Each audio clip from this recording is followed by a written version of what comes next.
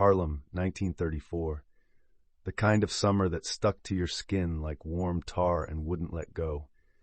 The streets of 125th ran hot with the smell of frying fish and Dixie peach hair grease. And somewhere above it all, the mournful wail of a trumpet drifted from the open window of the Cotton Club, like a ghost that had nowhere to go. Ellsworth Raymond Johnson, they called him Bumpy, had called him that since the knot of bone on the back of his skull announced his arrival into the world with all the subtlety of a prize-fighter, sat at the corner table of Ma Bessie's luncheonette with a cup of coffee gone cold and a freshly lit Pall Mall cigarette burning slow between two fingers, the color of polished mahogany. He was not a large man by the measure of physical stature. 5 feet 8 inches, broad through the chest, narrow at the jaw.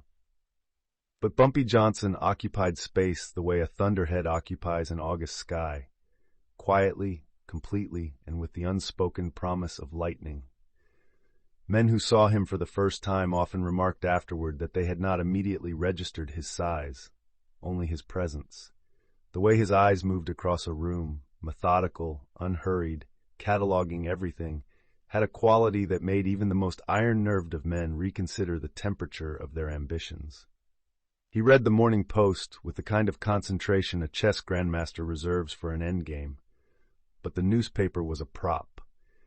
His real attention was fixed on the window, on the street beyond it, on the pattern of things that had begun to feel wrong about the last 3 weeks in Harlem. Things had begun to itch, and Bumpy Johnson trusted his itch the way a sailor trusts the sky before a storm. Across the table, his right-hand Clarence schoolboy, Webb nursed a Royal Crown Cola and rolled a toothpick from one side of his mouth to the other. Schoolboy had been at Bumpy's side since the Sing Sing days, a lean, watchful man of 32 with a forehead made for frowning and hands made for trouble. Luciano's Boys was on Lenox again last night, Schoolboy said, his voice low enough to lose itself beneath the clatter of Ma Bessie's kitchen. 3rd time this week, just watching.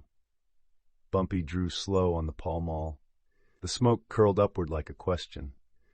Men who are just watching, Bumpy said quietly, are men who are deciding. Stephanie St. Clair did not hold meetings. She held audiences.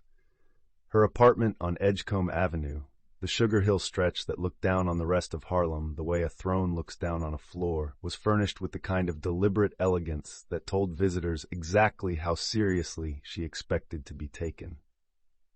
West Indian drapes of deep burgundy and gold, a gramophone that played Fats Waller without apology, framed photographs of Haiti on the walls, arranged not as decoration but as testimony. She was 51 years old and built like a woman who had never once in her adult life permitted herself the luxury of fragility. Her English carried the music of Martinique, and when she chose to deploy it at full volume, it was said that paint considered peeling itself from the walls. Bumpy sat across from her at the long table and laid out what Schoolboy had reported. He did not embellish. He did not minimize. He told it straight, the way a good doctor reads a chart, clinically, because the patient could not afford the doctor's emotions. Madam Queen listened without expression, her long fingers wrapped around a glass of rum and coconut water. When Bumpy finished, she was silent for a full 10 seconds. Silence with St. Clair was never empty. It was the kind of silence that contained calculation. Luciano wants our numbers, she said at last, as though the words tasted of something she had been expecting and disliked entirely. He already wants them, Bumpy said. What's changed is he's starting to move like a man who's decided to take them. Outside the window, Harlem hummed and heaved in the summer heat. A vendor was shouting something about cold watermelon on Amsterdam Avenue. A Studebaker commander rattled over a pothole with a sound like a small cannon. Life going on, indifferent as weather. Dutch Schultz is already squeezing the numbers bankers on the east side, she said. Now Luciano circles from the west. She set her glass down with a precision that communicated finality.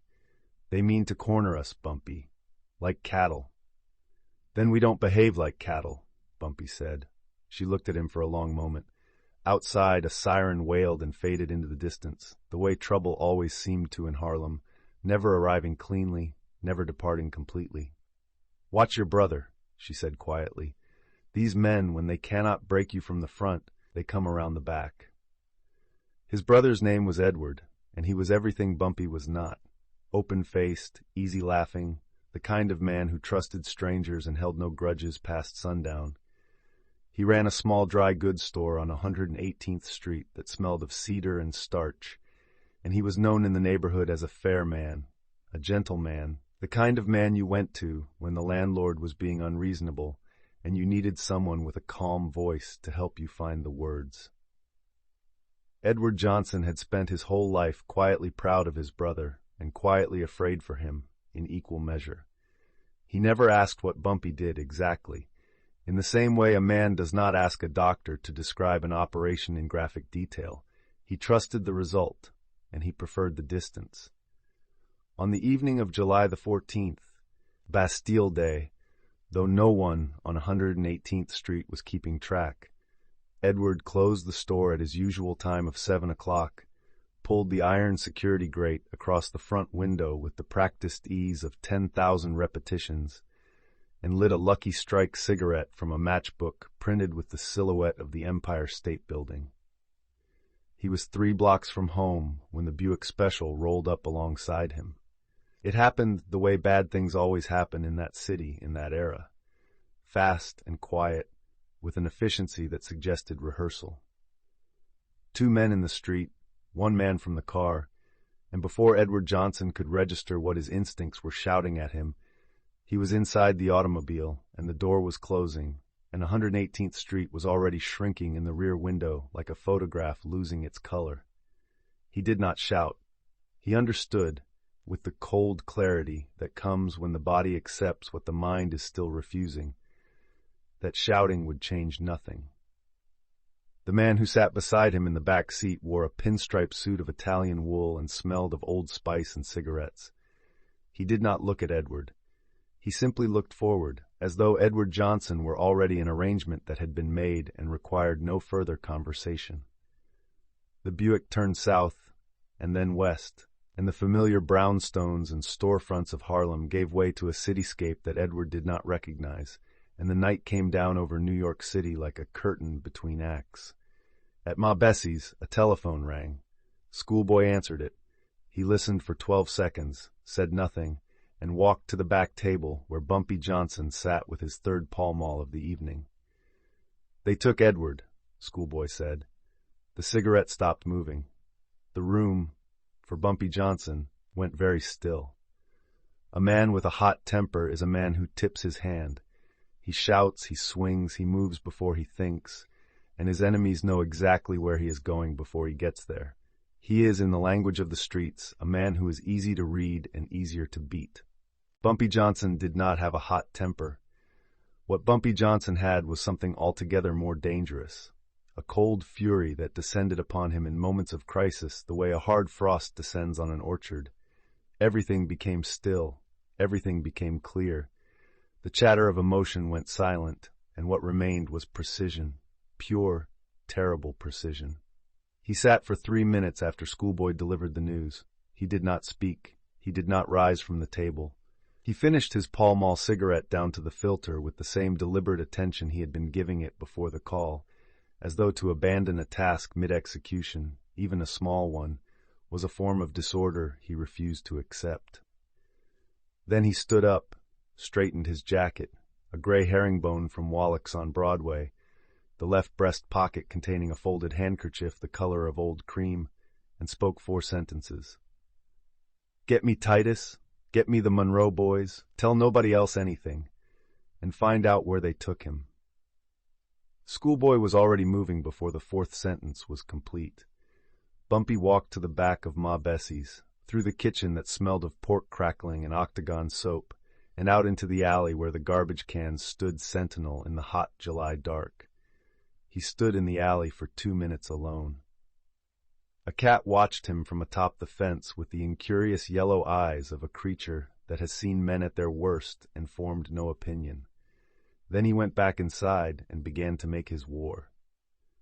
2 blocks away, in the back room of a pool hall on 116th that smelled of chalk dust and Rheingold beer, Luciano's man, a compact, carefully dressed Sicilian named Caruso, was on the telephone to a private number in Midtown Manhattan, reporting that the package had been delivered and the Johnson problem was about to resolve itself very comfortably. He was as wrong as a man has ever been in this life or any other. People forget, or perhaps they never understood, that Harlem was not merely a neighborhood. It was a network, a living, breathing web of relationships, obligations, histories, and loyalties so intricately woven together that a man who truly knew it could pull one thread and feel the tremor 6 blocks away. Bumpy Johnson knew it the way a musician knows his instrument, not just the notes, but the spaces between them, the places where the sound lived that no one else could hear. Within 90 minutes of Edward's disappearance, Bumpy had activated every node of that network with the quiet efficiency of a general ordering a battle map to be spread. There were the numbers runners who moved through every block of Harlem 12 hours a day and missed nothing. There were the building superintendents who knew every face that came through every door. There were the shoeshine men on the corners who were invisible to the men they watched and invaluable to the men they served. There were the women who ran the hair salons and beauty parlors, keepers of more information than any police precinct in Manhattan. And there was old Marcus. Marcus Beaumont was 73 years old, a former Pullman porter from Savannah, Georgia, who had navigated the geography of white America for 5 decades with the artistry of a man who understood that survival requires the performance of invisibility. He now ran a small newsstand at the corner of 125th and 7th that sold the Amsterdam News, the Crisis, True Detective magazine, and, to those who knew the language, information. Marcus had seen the Buick. He had seen the plate. He had seen the direction it traveled when it left 118th Street. And because Marcus Beaumont had spent the better part of a life watching, he had also noted the particular configuration of the antenna mounted on the vehicle's trunk, which told him it was a car that made regular circuits between Harlem and a warehouse district in the West 40s that certain downtown interests had been known to use for conversations that required privacy. He told this to Schoolboy in the language of a man who was simply remarking on the weather, and Schoolboy carried it to Bumpy like water that must not be spilled. Bumpy placed a fresh Pall Mall between his lips and struck a match. "The West 40s, he said. "Then that's where we go." Titus Holloway was 6 feet 4 inches of coiled intention, dressed in a working man's canvas trousers and a Florsheim shoe on each foot that he kept polished to a mirror shine regardless of the occasion. He had been born in the bottom of Georgia and had come north on the theory that a man of his particular talents, an almost supernatural physical capacity for controlled violence, an absolute immunity to the kind of fear that makes men hesitate at the wrong moment, would find broader appreciation in a city like New York. He had not been wrong.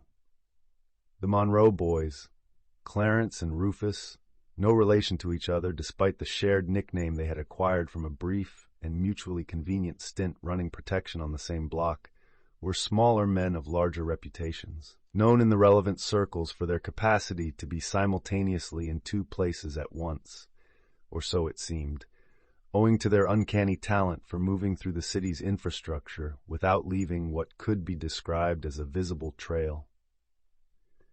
Bumpy laid the situation before the 3 of them in the back room of a barber shop on St. Nicholas Avenue, a room that smelled of bay rum and brilliantine and contained no chairs, a condition that Bumpy had always found useful for meetings that needed to move at pace. Men who are standing tend to reach conclusions more efficiently than men who are comfortable. He told them what he knew. He told them what he needed. He told them what the rules of engagement were going to be. Rules that were precise, specific, and firm as iron rail. "This is surgery," Bumpy said, "not demolition. We go to the men who took my brother, and we take him back, and we do it in a way that sends a message so clear that Lucky Luciano hears it from whatever restaurant he's eating his pasta in tonight. We are not afraid. We cannot be bought with a hostage. And anybody who puts their hands on a Johnson on the streets of this city will find that the price they pay is more than they earned in the whole of their natural lives." He paused. Outside, a checker cab rattled past. A radio somewhere played Cab Calloway. "But we do not start a war we don't need to fight. We make a point. A very, very clear point."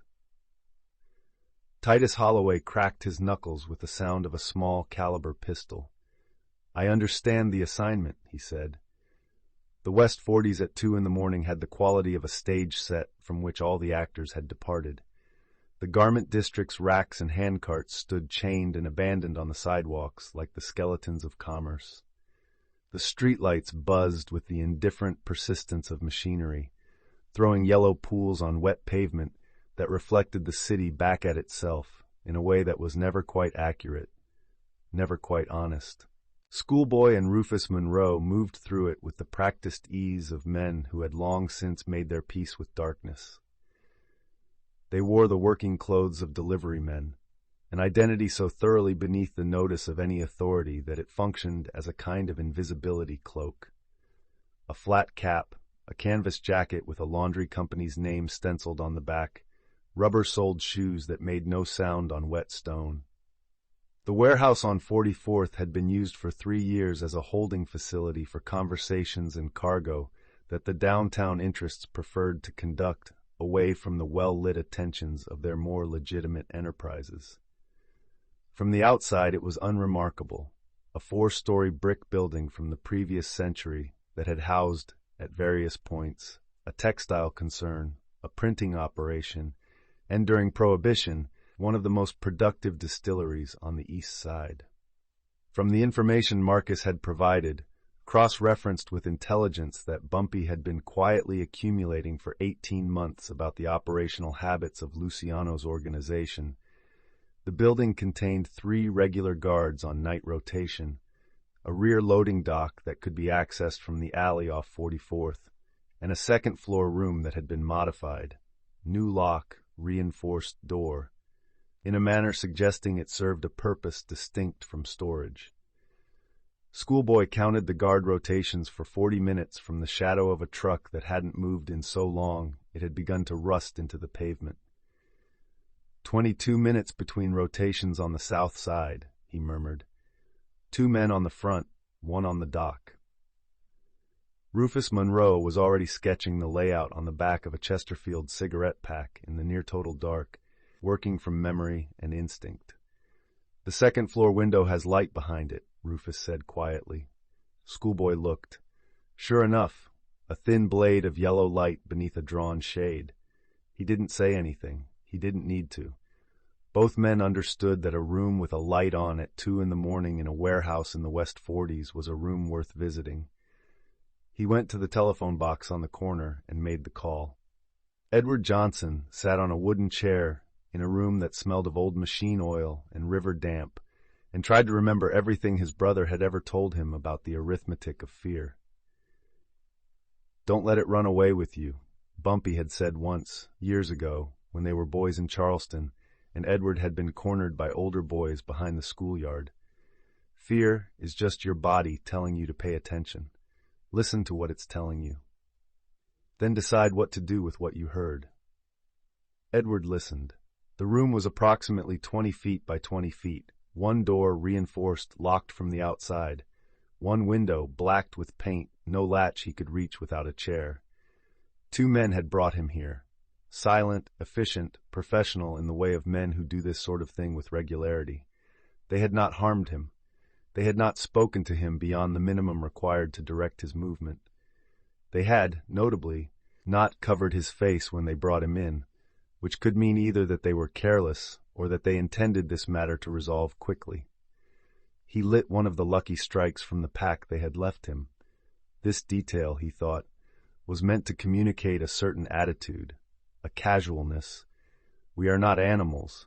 We merely hold men against their will with cigarettes, and smoked it slowly, rationing each draw, because there were 7 cigarettes remaining, and he did not know the length of his stay. He thought about Bumpy.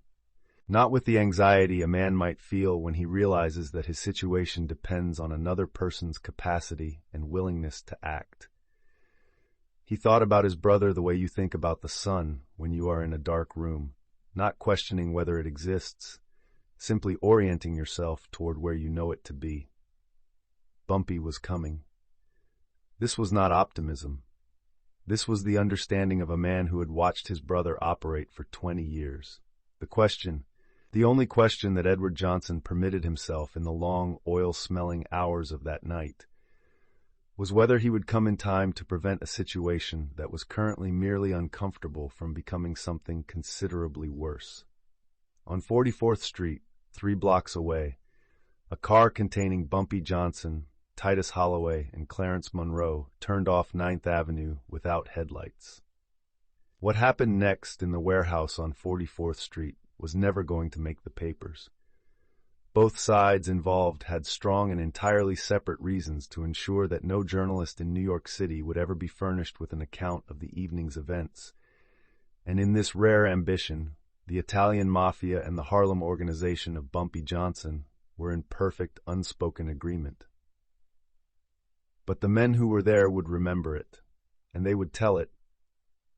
In bars and back rooms and on front stoops, in the careful, abbreviated language of men who carry knowledge they cannot fully share for the rest of their considerable or considerably shortened lives. It lasted 11 minutes. What Caruso and his men had not accounted for, could not have accounted for, because it belonged to a category of intelligence that no amount of surveillance from outside Harlem could have provided, was the depth and specificity of what Bumpy Johnson knew about their operation. He knew the guard rotation because he had studied it. He knew the dock entrance because he had a man who had done a week of legitimate deliveries to the building 8 months prior. He knew the second-floor room because Marcus Beaumont had been watching this building on and off for 6 weeks, simply because Marcus Beaumont had lived long enough to understand that the buildings you watch in quiet times are the buildings that matter in loud ones. Titus Holloway went through the dock entrance first. He moved with a silence that was, for a man of his dimensions, genuinely remarkable. The silence of someone who had spent a lifetime converting brute capacity into something more refined, more surgical. The dock guard saw him for approximately 1 second before the evening ended for him, quietly, without permanent harm, with a professional efficiency that the man would later describe, to nobody because he worked for people who discouraged detailed accounts, as the single most efficient act of physical authority he had ever been on the receiving end of. Clarence Monroe took the stairs. Schoolboy held the dock, and Bumpy Johnson walked through the warehouse with a calmness that was more frightening than any display of anger could have been, because a furious man has limits and a cold man has none. The door to the second-floor room opened. Edward Johnson looked up from his lucky strike and saw his brother's face in the doorway. "Put that cigarette out," Bumpy said. "Those things'll kill you." The 3 men they left, conscious in the warehouse, were left conscious very specifically and very deliberately. This was Bumpy's instruction to Titus, communicated beforehand with precision. The men who are able to walk out of here must be able to walk. They are the message. We are writing on them, not ending them. He was a man who understood, with the instinctive clarity of a born strategist, that violence is a language, and like all languages, its effectiveness depends not on volume, but on vocabulary. A massacre is a shout. A precisely delivered statement is a sentence. And sentences, unlike shouts, can be read. The sentence Bumpy left in that warehouse said several things. It said, "We know where you are." It said, "We can move through your security as though it isn't there." It said, "We retrieved what you took, and we did it without asking your permission, without negotiating with your terms, and without losing a single man of our own." Most importantly, it said, "We are not afraid of you." The Buick Special that had carried Edward Johnson to the West 40s was, by the time any of Caruso's recovered men thought to look for it, parked with surgical precision 3 feet from a fire hydrant on 9th Avenue. The key was in the ignition. The tank was full. This detail, the returned car, the full tank, the key, was pure Bumpy Johnson. Gratuitous, contemptuous. The car was not returned out of honesty. It was returned the way a chess player places a captured piece on the table beside the board, not because he needs it back, but because the gesture of not keeping it communicates something about the player's confidence that keeping it never could. Caruso, who was a professional and not a fool, understood the message completely by morning. He sat in the pool hall on 116th in the gray light of early day, with a cold cup of espresso from a diner thermos and a growing appreciation for the dimensions of the problem he had been sent to solve. He made a call to a private number in Midtown Manhattan. The conversation lasted 4 minutes. At the end of it, he was told that Lucky Luciano wanted a meeting, not a confrontation, not a negotiation from strength, a meeting.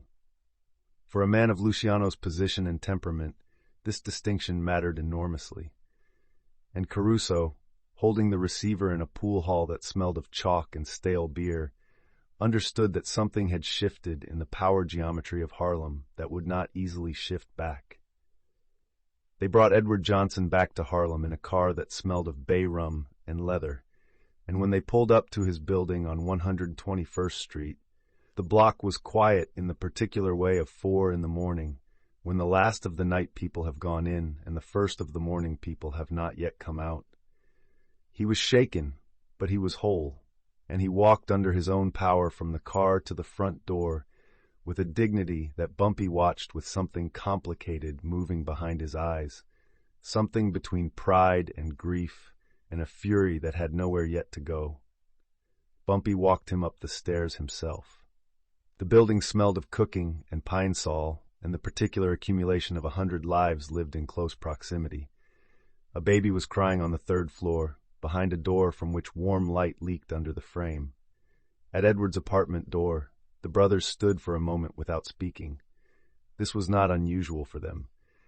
They had the kind of relationship that had long since transcended the obligation of filling silences. "You knew I'd come," Bumpy said. It was not a question. "I always know you'll come," Edward said. He unlocked the door, and then he stopped with his hand on the frame and looked at his brother for a long moment, the way a man looks at something he loves and cannot protect. "But one day, Bumpy," he said softly, "one day you ought to think about what happens to the people around you when the bill comes due." Bumpy said nothing. There was nothing to say that would be both honest and comforting, and he had long since decided that of those two qualities, honesty could not be sacrificed. He walked Edward inside. He sat in the kitchen while his brother made a pot of Maxwell House coffee on the chamber stove and put 2 cups on the table and sat down across from him, and for a while they just drank coffee in the kitchen while Harlem slept outside and the night breathed through the open window and the curtains moved like something that was dreaming. At 5:30, Bumpy set down his cup, straightened his herringbone jacket, and stood up. "You don't need to come to the store for a few days," he said. "I'll be at the store Monday," Edward said. Bumpy looked at him. "Monday," he conceded. He went back out into Harlem. He had a meeting to prepare for. By the time morning came full over Harlem on July the 16th, the story had moved through the streets with the velocity of something that has been waiting to be told, not in its full particulars. The men involved on both sides had motivations that precluded a detailed public account, but in the way that important stories always travel through communities where the official channels of information have never been trusted. Something had happened with Bumpy. Something had happened with Italian boys from downtown, and Bumpy's people had come out of it in one piece and had brought their own home, and the Italians had not. This was the version that moved block to block, barbershop to beauty parlor, stoop to stoop, carried in the amber of implication and suggestion, losing none of its essential truth in the translation. The effect on the streets of Harlem was immediate and specific. The runners who had been increasingly reluctant to make their collections in territories that Luciano's men had been patrolling moved with a new freedom. The small shop owners who had been paying informal protection to whichever organization had the most visible muscle on their block found that the calculus of that allegiance had shifted overnight. And in the pool halls and luncheonettes and the back rooms of bars where the men who ran Harlem's informal economy gathered and took each other's measure, the conversation had a new texture. Bumpy Johnson had reached into the heart of a downtown Italian operation and taken back what was his. He had done it without asking, without negotiating from a position of supplication, without trading anything away. He had treated the kidnapping of his brother not as a catastrophe that entitled the perpetrators to a seat at the table, but as an insult that required a response so clear and complete that the insult itself became the foundation of a new arrangement. Madam Queen received this intelligence at her table on Edgecombe Avenue, with the expression of a woman who has bet on a horse she knew well and watched it come in. She poured a measured glass of rum and raised it slightly, to no one in particular. "Now," she said to the room, "they will want to talk." She was right. She was always right about the things that mattered. Bumpy, in the back room of the barber shop on St. Nicholas, lit his fourth Pall Mall of the morning and read the message that had arrived through intermediaries, which was the only civilized method of communication between parties of this nature, and considered the terms of the conversation he was about to have. Charles Lucky Luciano was not, despite the mythology that would accrete around his name in the decades that followed, a man who operated on ego.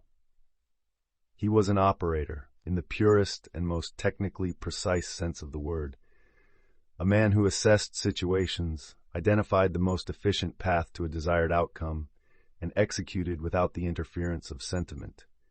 He had learned this, or perhaps had always known it, which amounted to the same thing in practice. He sat in the private dining room of a restaurant on Mulberry Street in the early afternoon of July the 16th, and ate linguine with clam sauce and considered the situation in Harlem with the dispassionate attention of a man reviewing a balance sheet. The kidnapping had been Caruso's idea, approved by Luciano with less scrutiny than it deserved. The logic had seemed sound at the time. Find the pressure point, apply it, extract concessions. It was a method that had worked on a dozen other operators across the city. There was no reason to believe it would not work on Bumpy Johnson. There were, as it turned out, several reasons. Luciano enumerated them now, between bites of linguine, with the systematic honesty of a man who believed that accurate assessment of error was the most productive response to it. First, Bumpy Johnson had better intelligence about downtown operations than Luciano had been led to believe. This was not a small problem. It suggested relationships, contacts, a depth of institutional knowledge that could not have been assembled quickly and could not be easily neutralized. Second, the speed and precision of Johnson's response suggested organizational capacity that exceeded the typical reach of a Harlem street operation.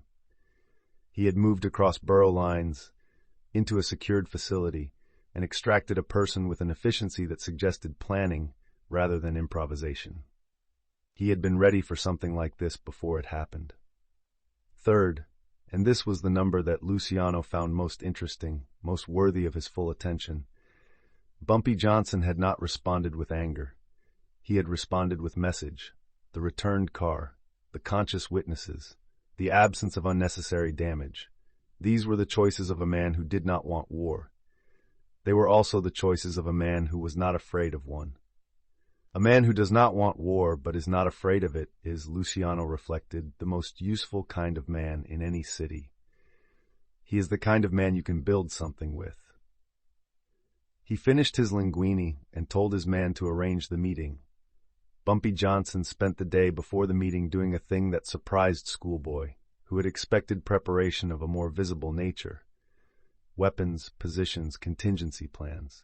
He spent it reading. The book was a collection of essays by Frederick Douglass that he had purchased for 35 cents from a second-hand book stall on 125th, and he sat with it in the armchair by the window of his apartment on 145th Street, and read through the afternoon while the light changed from the flat white of noon to the long amber of early evening, and the street sounds of Harlem rose and fell beneath him like breathing.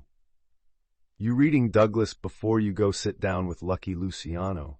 Schoolboy observed from the kitchen doorway, with the tone of a man who has long since given up attempting to predict the behavior of the person he works for. "Douglas knew something about walking into a room where the other man believes he owns the furniture," Bumpy said, without looking up. "Worth reviewing before I go." Schoolboy poured himself a scotch from a bottle of Johnny Walker Red that lived on the kitchen shelf above the bread box and leaned against the doorframe. "What do you think he wants?" Schoolboy asked. "Luciano." Bumpy turned a page. "Same thing every smart man wants when he's been shown he misjudged a situation," he said. "A way to make the situation profitable without having to admit he misjudged it. And what do we want? We want what we've always wanted." Bumpy set the Douglas down and looked out the window at Harlem in the late afternoon, the fire escapes and the brownstones, and the woman across the alley hanging washing on a line, and the boys playing stickball in the street below. What belongs to us, run by us, for the benefit of these people? Schoolboy nodded slowly and drank his scotch. "You think you can get that from Luciano?" Bumpy picked up the Douglas again. "I think Luciano and I are going to come to an understanding," he said, "because the alternative costs both of us more than either of us is willing to spend. And that's the one kind of deal both sides always honor." He lit a Pall Mall from the pack on the side table, and the smoke rose slow and blue in the amber light. And outside, Harlem went on about its life, which it has always done and will always do, regardless of what arrangements the powerful are making in rooms above it. The meeting was held in a private room above an Italian restaurant on the border of Midtown and Hell's Kitchen, territory that was, by its geography, genuinely neutral, belonging fully to neither the downtown interests nor the Harlem operators, which was the point. The restaurant served the kind of food that cost more than it tasted like, which was also, in its way, a kind of statement about the men who chose such places. Bumpy arrived exactly on time, not early, which would have suggested eagerness, not late, which would have suggested either disrespect or the theatrical kind of power that he considered a waste of everyone's time. He wore the gray herringbone jacket and a tie of deep burgundy silk from a shop on Madison Avenue, and he carried nothing that could be called a weapon, because the weapon he was carrying to this meeting was the thing that had happened in the warehouse on 44th Street, and that weapon needed no holster. Luciano was already there. He was smaller in person than reputation suggested, as powerful men often are, with the compact, well-maintained quality of a machine that has been properly cared for.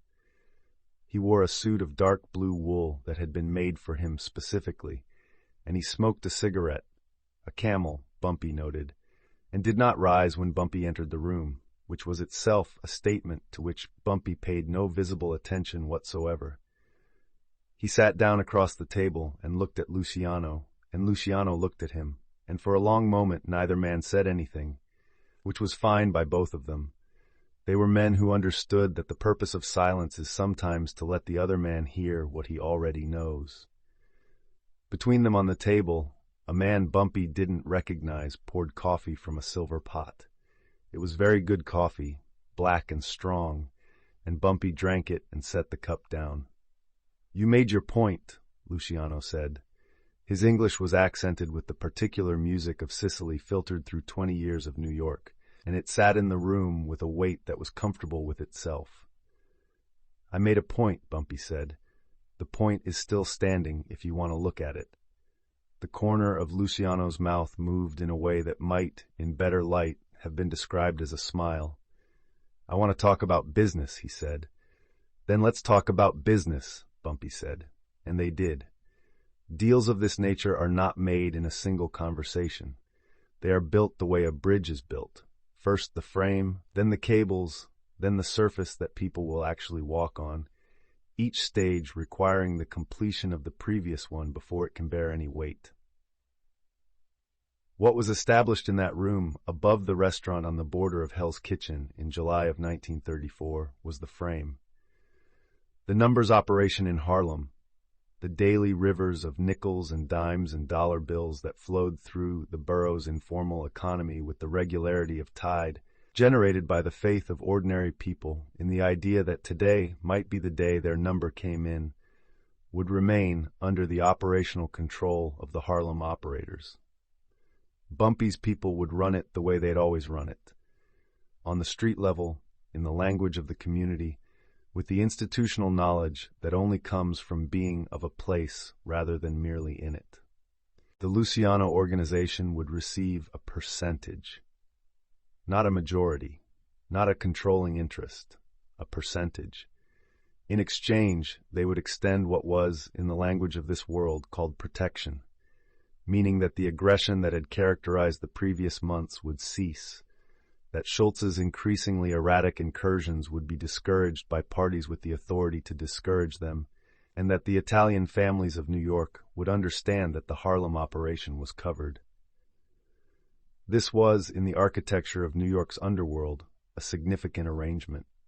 It did not give Bumpy Johnson equality in a system that was not built for equality, but it gave him something nearly as valuable: legitimacy within the only system that mattered on the streets, and the space to operate without the constant expenditure of energy that open conflict requires. Luciano, for his part, got exactly what he had originally wanted, a revenue stream from Harlem's numbers, and he got it without the cost of the war that taking it by force would have required.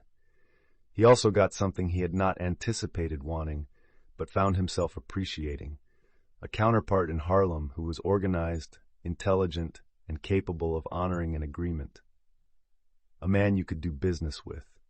These are, in any era and any city, among the rarest things in the world. They shook hands across the table. The coffee was refilled.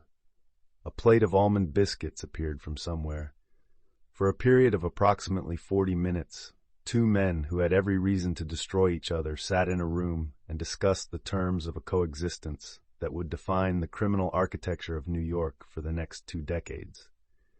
History rarely announces itself. It often tastes of very good coffee and almond biscuits. The immediate and tangible consequence of the arrangement was a stability that Harlem had not known in the better part of 3 years. Schultz's men, who had operated with a casual brutality that the community understood as what it was, the violence of men who did not live among them and did not care what they broke, pulled back.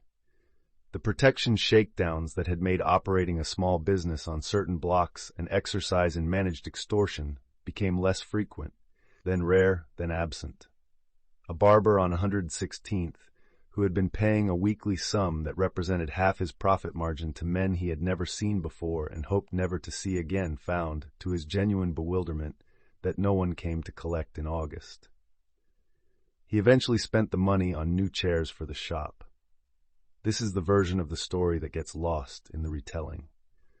The mythology of men like Bumpy Johnson accretes around the dramatic episodes, the conflict, the counterstrike, the meeting of power. The chairs in the barbershop do not make for a compelling narrative, and yet the chairs in the barbershop are the point. Bumpy Johnson understood this with a clarity that was, for a man of his circumstances and era, extraordinary. He understood that the numbers racket, extractive as it was, a tax on the hopes of people who had been systematically denied the legitimate means of accumulating wealth, was also, when run properly, and by people who were of the community rather than parasitic upon it, a form of circulation. Money came in from the street. Money went back to the street. He fed people. This was not a figure of speech. He stood on corners of Harlem with cash and handed it to men who had none. He paid the rent of families who were 3 days from the street. He settled disputes as a magistrate might, with a sense of fairness that the official legal apparatus of New York City had demonstrated precisely zero interest in extending to Black Harlem. He did this not because he was a saint. He was not a saint, and he would have been the first to tell you so, but because he understood that a community's goodwill is the most durable form of security that exists. The police cannot be everywhere. The courts cannot be trusted. But a block that respects you is a block that protects you. and 200 such blocks across the geography of Harlem constitute a fortress that no outside force, however well organized, can easily breach. The arrangement with Luciano gave him the resources to build that fortress properly. He lit a Pall Mall on the stoop of the building on 145th and watched Harlem go about its magnificent, complicated, resilient life.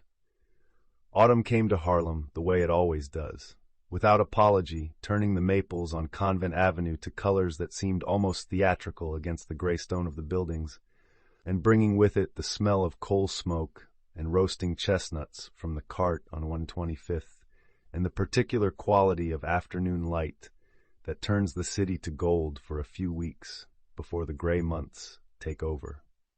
Edward Johnson reopened his dry goods store on the Monday he had promised, wearing a new shirt he had pressed himself and a pair of shoes he had shined until he could see his face in the toe.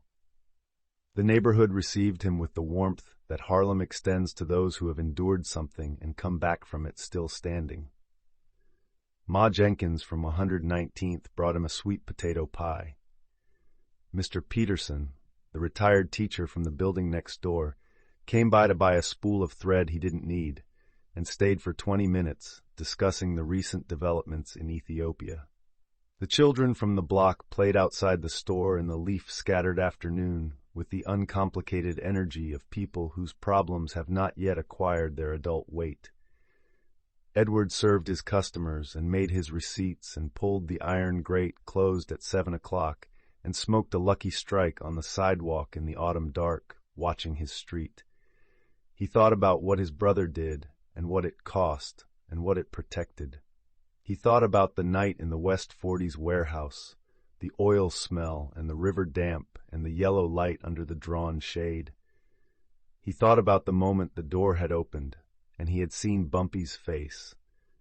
Not the relieved, theatrical face of a rescue performed for an audience, but the exact same face his brother wore at the kitchen table in the morning, the face of a man who has concluded that a problem requires attention and has therefore given it attention, nothing more. He thought about the city. He thought about all the invisible structures of power and arrangement and agreement and threat that hummed beneath the surface of daily life, the way electrical current hums beneath the floor, inaudible, invisible, and absolutely essential to every light that burns and every motor that turns. He thought about the chairs in the barber shop on 116th. He finished his cigarette and went home, and the street went on behind him, lit and alive, the way it always had been, and if certain arrangements held, always would be. The arrangement that Bumpy Johnson had forged with Luciano in that room above the Hell's Kitchen restaurant did not end when lucky Luciano's circumstances changed, as they did substantially in 1936, when Special Prosecutor Thomas Dewey built a prosecution around the charges of compulsory prostitution that would send Luciano to Clinton Correctional for the better part of a decade. The machinery of a genuine agreement has a life that outlasts the men who built it, the way a bridge outlasts the engineer who designed it. What matters is whether the architecture was sound. Vito Genovese, who in the years that followed assumed increasing control of the family that would bear his name, was a man of different temperament than Luciano, more volatile, more invested in the theater of power, less comfortable with the kind of pragmatic arrangements that Luciano had always found natural. But even Genovese understood the value of what existed in Harlem, and even Genovese understood, from the institutional memory of the organization he now led, that the man who ran it was not to be approached with the same tactics that worked on other operators. The message from the warehouse on 44th Street had not expired. It had calcified into precedent. Bumpy Johnson continued to operate. He continued to collect his arrangement. He continued to pour back into Harlem what the streets gave him. He navigated 3 changes of leadership in the Genovese family, 2 police commissioners, 1 Great Depression, the beginning of a world war, and the 10,000 individual pressures and crises and confrontations that constitute a life lived at the intersection of power and community and survival. He did time when the law finally caught him on a narcotics charge that he neither fully embraced nor fully denied, circumstances that reflected both the compromises his world demanded and the limits of what any man can avoid forever. He went away. He came back. Harlem received him both times the way it receives everyone who is genuinely of it, without ceremony, without fanfare, with the simple resumption of the ongoing conversation. The Genovese family continued to receive their percentage. The numbers continued to run. The chairs in the barber shop on 116th wore out and were replaced twice by the time Bumpy Johnson reached the last chapter of his own story. Ellsworth Raymond Bumpy Johnson died on July 7, 1968, in a restaurant called Wells in Harlem, where he had been eating fried chicken and discussing the politics of the day with acquaintances. He was 62 years old. He went without drama, in the middle of a meal, in the middle of a conversation, in the middle of the city that had been the canvas and the arena and the home and the cause of his entire adult life. He left behind a Harlem that was changing in ways that would have both honored and troubled him. The civil rights movement had cracked open the architecture of American apartheid in ways that were real and significant and not yet complete. The Great Society was extending formal opportunity in the directions of Black Americans with a caution that often stopped short of the territory where actual transformation lives. And from the West, a new kind of drug was beginning its infiltration of urban communities across America, the kind that would, in the decades that followed, do more damage to Harlem than Luciano and Schultz combined had ever managed. But on the morning after Bumpy Johnson died, something happened in Harlem that is not in any official record, not in any newspaper account, not in any document that any archive contains. People stood on their stoops, not in response to any announcement, not in response to any call. Simply because word had moved through the blocks and the buildings and the barber shops and the beauty parlors and the luncheonettes, the way word always moves in Harlem. Fast and complete and full of everything that cannot be said but is entirely understood. They stood on their stoops in the July morning because they understood that something that had been present in their world for a very long time was no longer present. And they needed a moment to acknowledge that in a way that no official occasion would ever provide. A woman on 125th Street lit a candle in her window and left it there all day. A man on 116th bought a pack of Pall Mall cigarettes, he did not smoke, and set them on the stoop of the dry goods store that had once been Edward Johnson's, which was now a different kind of shop, which had been a dozen different kinds of shops in the decades since, which was still standing. The children played stickball in the street, because children play stickball in the street, regardless of who has lived and died in the buildings around them, and because that is precisely the kind of continuation that men like Bumpy Johnson spend their lives making possible. The city went on. The Hudson moved south in the afternoon sun. A trumpet found its notes somewhere in the middle distance. Harlem, as it always has, endured.